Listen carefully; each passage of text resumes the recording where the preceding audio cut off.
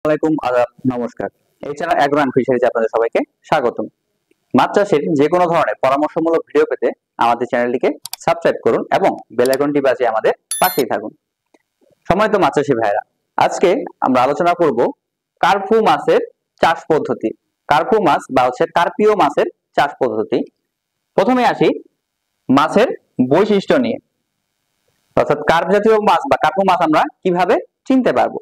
মূলত কার্প জাতীয় মাছ অন্যান্য কার্প জাতীয় মাছের মধ্যেই পড়ে, এটাও একটা কার্প জাতীয় মাছ। তবে এর চিনার প্রধান বৈশিষ্ট্য হচ্ছে এটা দেখতে অনেকটা লাল রঙের হয়ে থাকে, অর্থাৎ সোনালী বাদামি বর্ণের, বা অনেক সময় লাল কালো বা সাদা বর্ণেরও হয়ে থাকে। এরা সাধারণত অনেক 60 থেকে 90 সেন্টিমিটার পর্যন্ত লম্বা হয়ে থাকে এবং ভালোভাবে চাষ করলে এটা 5 থেকে 7 কেজি বা 10 কেজি পর্যন্ত ওজন আসতে পারে।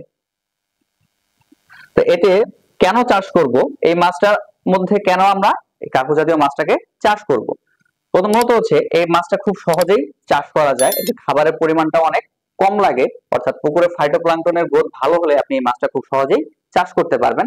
এবং যে কোনো ধরনের পুকুরে, অর্থাৎ এই মাছ চাষের জন্য একটু বড় ধরনের পুকুর হলে ভালো হয়, মিডিয়াম ধরনের বা মাঝারি ধরনের পুকুরে এই মাছ চাষটা ভালো হয়। বাজারে অনেক ভালো দামও পাওয়া যায়, বাজারে চাহিদাও ভালো রয়েছে, এই মাছটা খুব সহজে চাষ করতে পারবেন। এতে প্রচুর পরিমাণে ভিটামিন মিনারেলস পাওয়া যায় এবং ভালো আমিষের উৎস। এতে ওমেগা 3 যে ফ্যাটি অ্যাসিড থাকে সেটার পরিমাণও অনেক ভালো থাকে, যার জন্য এই মাছটা চাষে অনেক উপকারী হয়।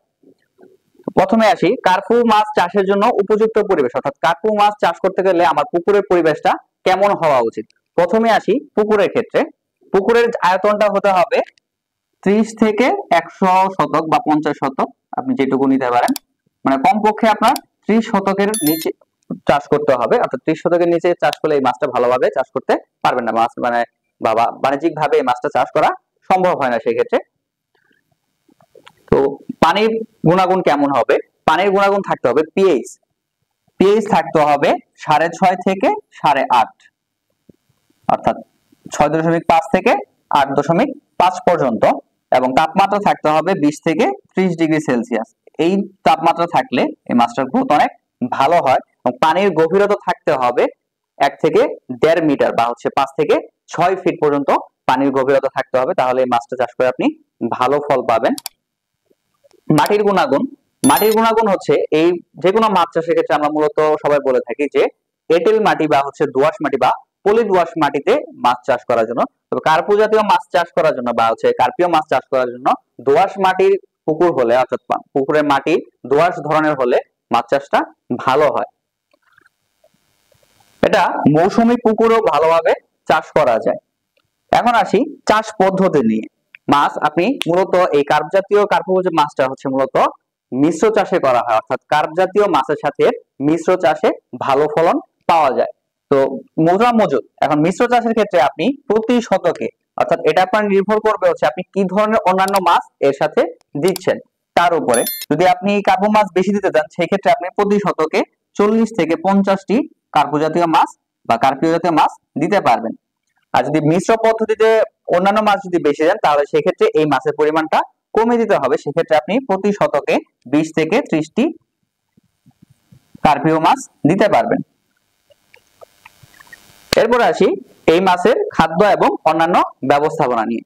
এই মাছের খাদ্য ব্যবস্থাপনা খুবই সহজ, অর্থাৎ পুকুরের ফাইটোপ্লাঙ্কটন, এরা মূলত পুকুরের ফাইটোপ্লাঙ্কটন বা কীটপতঙ্গ জাতীয় যে খাবারগুলো রয়েছে সেগুলো খেয়ে থাকে। তো আপনার যদি পুকুরে ফাইটোপ্লাঙ্কটনের গ্রোথ ভালো থাকে, অর্থাৎ পুকুরে যদি আপনার প্রাথমিক উৎপাদনটা ভালো থাকে, সেই ক্ষেত্রে এই মাছটা আপনার চাষ করতে সহজ হবে। সেক্ষেত্রে আপনার বাইরে থেকে বেশি একটা খাবার দেওয়ার প্রয়োজন পড়বে না। তবে যদি আপনি বাণিজ্যিক ভাবে এবং ভালোভাবে উৎপাদন বেশি করতে চান সেক্ষেত্রে আপনাকে বাইরে থেকে সম্পূরক খাবার দিতে হবে। সেক্ষেত্রে আপনি বাইরে থেকে সম্পূরক খাবার হিসেবে বিভিন্ন কোম্পানির যে ফিড গুলো রয়েছে সেই ফিড ব্যবহার করতে পারেন, অথবা হাতে বানানো খাবারও ব্যবহার করতে পারেন। হাতে বানানো খাবারের মধ্যে খেয়াল রাখতে হবে আপনার, বিশেষ করে কার্প জাতীয় মাছের ক্ষেত্রে 25 থেকে 30% যেন প্রোটিনের পরিমাণ থাকে, অর্থাৎ প্রোটিনের পরিমাণ 25 থেকে 30% হলে মাছের গ্রোথটা ভালো আসে, যার কারণে মাছ অল্প দিনে দ্রুত বৃদ্ধি পায়, যার কারণে আপনার উৎপাদনটাও বৃদ্ধি পায়। অন্যান্য ব্যবস্থাপনার ক্ষেত্রে আসি, এই মাছের সাধারণত রোগবালাই একটু কম হয়ে থাকে, অর্থাৎ কার্প জাতীয় মাছের যে রোগবালাইগুলো হয়ে থাকে এই মাছের ক্ষেত্রেও বা কার্পু মাছের ক্ষেত্রেও একই ধরনের রোগবালাই হয়ে থাকে। তো রোগবালাই নিয়ন্ত্রণের জন্য বা পরিচর্যার জন্য আপনি প্রতি মাসে বা 15 দিন অন্তর অন্তর আপনি পুকুরে চুন, লবণ এবং সার প্রয়োগ করতে পারেন। সার প্রয়োগের ফলে উপকারিতা পাবেন যে পুকুরের ফাইটোপ্লাঙ্কটনের গ্রোথটা ভালো থাকবে, এবং চুন এবং লবণ প্রয়োগের ফলে আপনার পুকুরে যে যোগ জীবাণুগুলো রয়েছে সেগুলো ভালো থাকবে। অবশ্যই এই মাছ চাষ করার আগে ভালোভাবে পুকুর প্রস্তুত করে নিতে হবে। পুকুরে চুন প্রয়োগ করতে হবে, জীবাণুনাশক করতে হবে এবং সার প্রয়োগ করে ফাইটোপ্লাঙ্কটন এবং জুওপ্লাঙ্কটনের গ্রোথগুলো বা প্রাথমিক উৎপাদন বাড়িয়ে নিতে হবে। তো রোগ ব্যবস্থাপনার ক্ষেত্রে আপনি প্রয়োজনে তুতে ব্যবহার করতে পারেন, ক্যালসিয়াম সালফেট বা কপার সালফেট, এবং এর সাথে আপনি বিভিন্ন ধরনের যে কোন রোগ দেখা দিলে সেক্ষেত্রে প্রয়োজনে অভিজ্ঞ লোকের পরামর্শ নিয়ে অ্যান্টিবায়োটিকও প্রয়োগ করতে পারেন। তো প্রতি 15 দিন বা 20 দিন অন্তর অন্তর পুকুরে 100 থেকে 200 গ্রাম হারে চুন এবং 100 থেকে 150 গ্রাম হারে লবণ প্রয়োগ করতে হবে, যার কারণে পুকুরের পরিবেশটা অনেক ভালো থাকবে এবং অন্যান্য রোগ বালাই দ্বারা আক্রান্ত হওয়ার সম্ভাবনাও অনেক কম থাকবে। উৎপাদনের মধ্যে সর্বপ্রথমেই আসি যে আমরা এই মাছটা কতদিন চাষ করব।